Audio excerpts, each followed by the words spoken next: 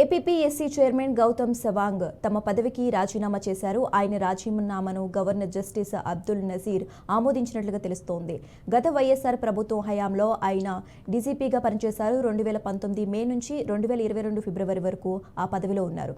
ఉద్యోగ విరమణకు 2 ఏళ్ల ముందే గౌతమ్ సవాంగ్ తన పదవికి రాజీనామా చేశారు.